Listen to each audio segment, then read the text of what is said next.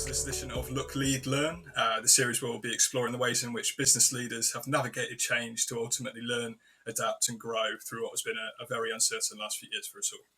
My name's Lewis Morgan from Cedus. Today I'm joined by David Brear, CEO and co-founder of 11FS, a company who, like us, work with some of the biggest banks in the world and whose key focus is bringing the financial services sector into the next generation by building and launching next generation digital propositions.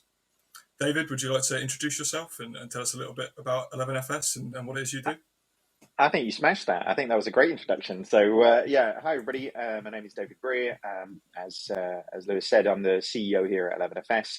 Had a bit of a weird career in various different guises, which I'm sure we'll sort of get into in a second. But as Lewis sort of described, really the key thesis for 11FS right now is, or our vision as a business is to change the fabric of financial services. We firmly believe that actually digital has changed really what it means to be a financial services organization in 2022 and beyond. And because of that, they need to adapt to the environment. You know, it's the story as old as time with regards to sort of evolution versus revolution in that sense. And, you know, depending on which part of the organization or what part of the financial services industry you actually operate in, you'll have a very different view of whether it is indeed revolution or evolution that is really required. But we've had a lot of fun over the last 6 years figuring that out. Wonderful. Yeah, it's never easy in this sort of sector, but we figure it out and we make change happen. So if we jump straight into it, then obviously we know the last few years have been fraught with change, and the financial services sector hasn't been sheltered from that by any means. Of course, we had the pandemic, seismic shift towards remote working. Started, particularly in financial services, we had to experience market volatility and issues with cross-border trade that we're experiencing right now in some parts of Europe. So, what specific challenges has this brought to your door at 11FS? But also, as I know you describe yourself as a bit of a fintech nerd, and you seem to have your finger on the pulse firmly when it comes to a lot of the key issues surrounding this. What impact have you also seen it's had on the wider industry as a whole? Yeah, one issue then the other, and the first issue really was, it was just a weird period, really. February 2020 until really recently, actually, most organizations just kind of went into like stasis, really. They, as you do, when your fight or flight sort of kicks in, you sort of deprioritize all of the things that actually are important against all of the things that are really truly urgent. And actually, I think global financial services organizations really went into what is most urgent and how do we solve those urgencies. Customers' lives have fundamentally changed. Branch networks can't operate. Remote working needs to be a thing.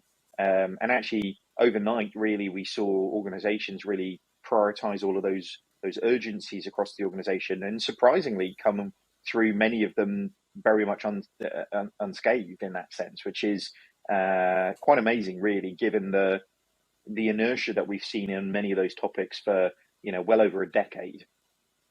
I'd say the knock-on effect of that from our perspective was, people started or stopped doing the fun things for a little while. They stopped doing things that really challenged themselves or changed themselves. And that's hard. But the swing of that really, I'd say what is our major challenge right now, 11FS's biggest challenge is hiring. And the reason for that is because of everybody is singing our tune right now. Digital isn't a channel, it's the way in which the business operates completely. Whether it's touching how your HR systems work or how you're really truly embracing dissemination of decision making to the edges of an organization to truly embody agile.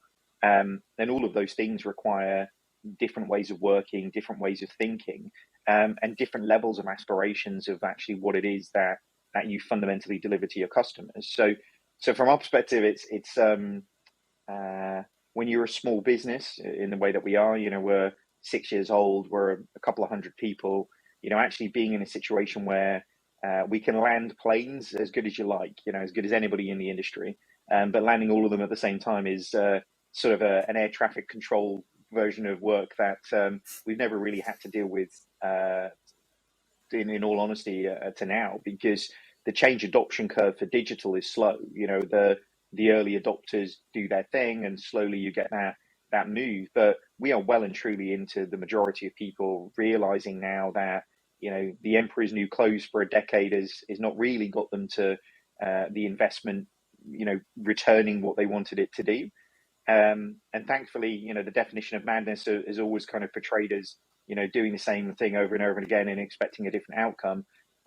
Thankfully, people are now changing what they're doing in order to try and achieve an even higher level of aspiration. So, yeah, it's fun times to be us, but actually, it's, you know, that's by design. We're an organization that very much leads by saying what we think, and uh, really portraying and disseminating the beliefs that we have as an organization.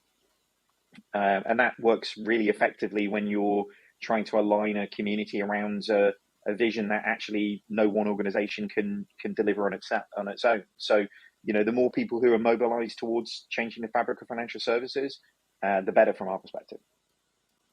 Brilliant. Yeah, I mean, you reeled off a few challenges there that I think are not just exclusive to you guys, right? Like there's been a terrible problem with hiring across the board, especially in technology, right? Especially with the rise of remote working. I mean, for instance, we've been going a similar sort of time to you guys, about 7 years, and we've been fully remote that entire time. Right, so we almost lost a shed of our USP over the pandemic when it comes to hiring and the pool of people we had access to. So, I mean, from your side, you know, along with the problems of landing all the planes at once and trying to get this key message across, has the sort of impacts of the last couple of years affected your strategy when executing that, or have you stayed really, really tight and true to that vision? I'd say, I mean, the interesting thing on that, I mean, 11FS isn't really a single business, really, you know, and then actually from the beginning, 11FS hasn't really been a single business. So the impact of the pandemic has actually been different to different business areas. You know, we are a consultancy business. You know, our ventures business have built new banks around the world. We're a research business. You know, we help people understand the market and the customers. And these things, that hasn't really changed. If anything, it's dialed up the urgency for them.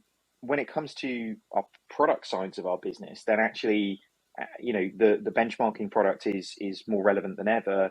And actually, when you look at something like the core systems, you know, the Foundry platform that we're building out, actually the sort of almost the inevitability now of that type of product being needed in the market with regards to, you know, the transformations that are really needed to be seen in that deep seated sort of technological sense, or even down to, you know, it's Conway's law, isn't it, that sort of says you are just the manifestations of the technologies and the operations that you've got in place. And actually banks have been, you know, lumbering, slow moving, you know, high fat when it comes to the costs for 100 years. Now that they're trying to change those things, they've got to try and change all of those technological pieces as well. So, you know, we've got five or six, if you count the media business as well, which it's odd for a business to have a, you know, a marketing department that's a profit center for the company. It's quite bizarre in the makeup of what we do. But, you know, having that, all of them at different levels of maturity, I'd say it's impacted them both positively and negatively very, very differently. All of it really, though, I mean, similarly to you, Lewis, I mean, we started the business 6 years ago completely remotely. I live in Norwich. You know, Ross was up in Edinburgh. Jason was in Leicester. You know, so actually the distributed workforce. In fact, actually, very often the work that we, you know, we built banks in Hong Kong and Singapore and Dubai and the US.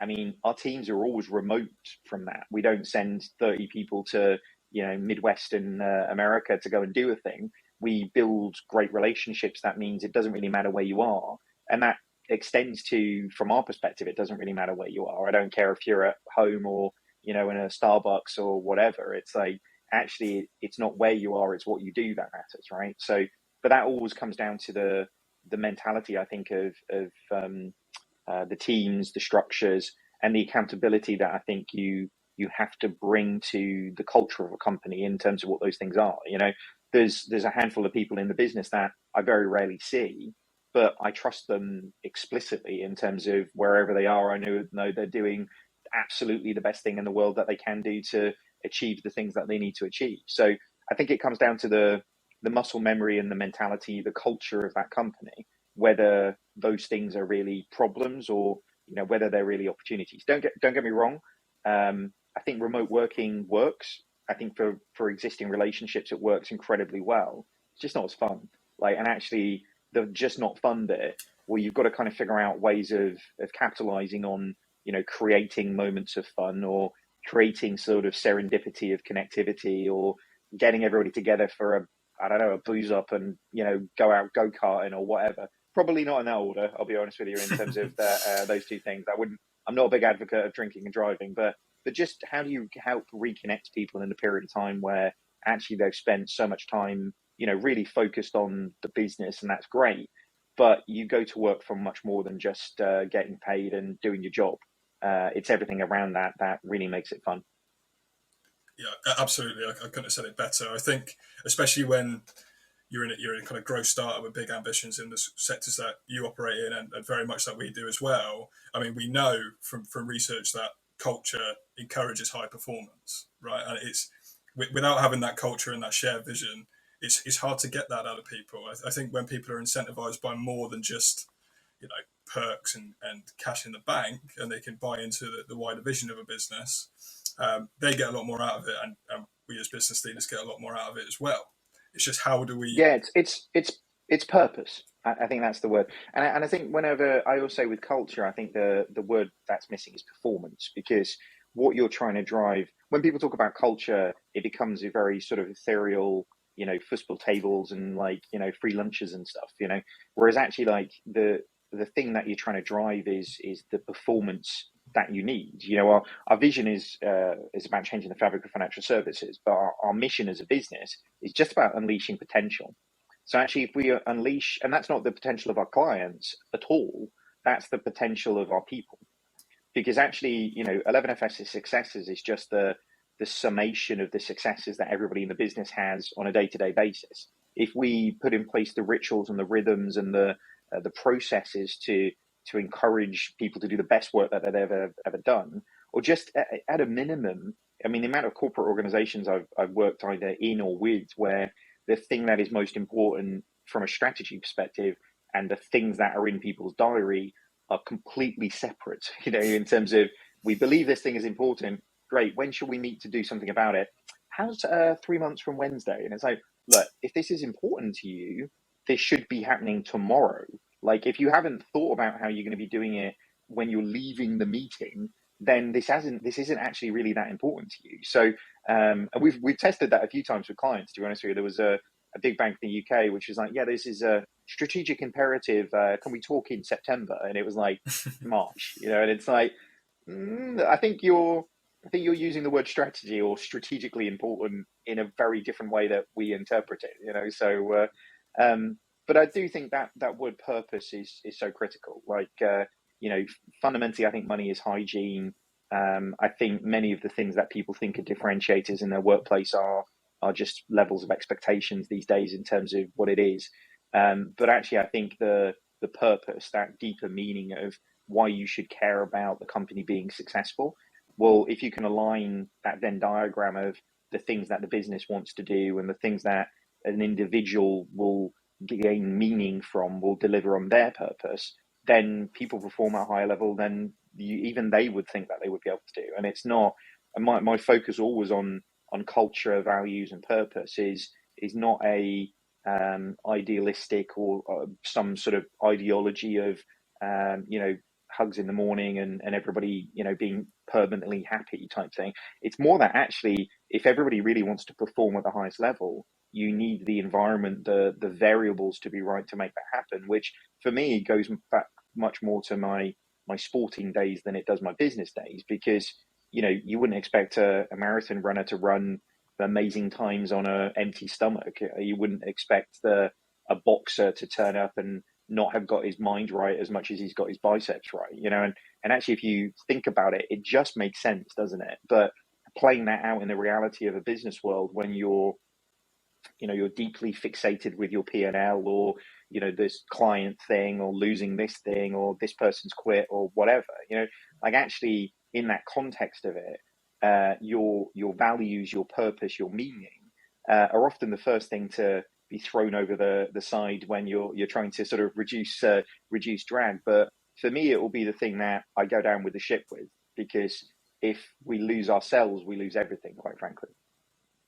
Yeah, I think there is this kind of pattern that everybody seems to have principles, and until they're tested, and then they all go out the window very often. I think it all goes back to Definitely. what you said at the beginning around companies valuing urgency over efficiency or optimization, right? So when we talk about these strategic imperatives not being as important as they perhaps first seem in the meeting, right? They get pushed back months and Yeah. months.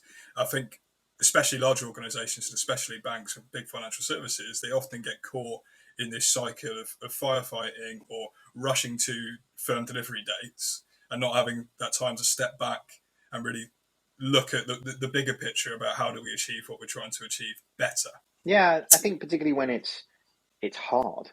Like, I mean, and again, look, I've got a having been in a big bank for 6 years. Like, these people are not stupid. You know what I mean? Like, there's no like lack of understanding or desire to make these changes happening. But it's really difficult, and particularly when you're facing into a competitive landscape that's more competitive than ever before. That, small organizations are nipping in and taking, swathes of customers and revenue with that, leaving huge amounts of operational cost for big organizations to deal with. But I think it's like, almost that. I think many organizations have been paralyzed by a fear of moving in that sense, And actually, when it comes to the bits that look innovative, then they're sort of innovative around the edges. They're predominantly around presentation. They're not really touching into the major problems of business models and transformations of ways of working, because big organizations are used to big transformations, and more painfully than that, they're used to big transformations not really transforming anything. I wrote about it a couple of weeks ago, but I had a non-executive director at a big bank in the UK say,